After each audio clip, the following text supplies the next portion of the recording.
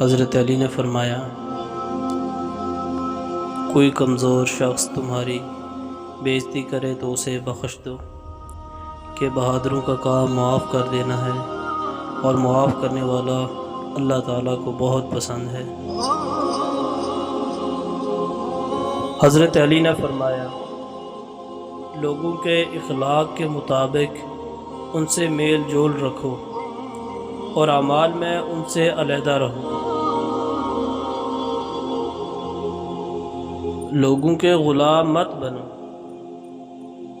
جبکہ اللہ تعالیٰ نے تمہیں آزاد پیدا کیا ہے۔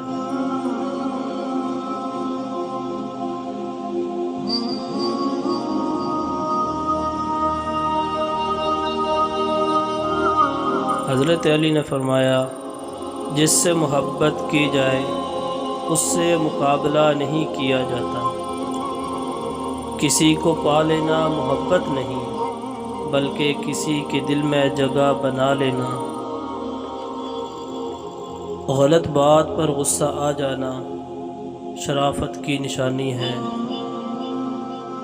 لیکن اسی غصے کو پی جانا مومن کی نشانی ہے۔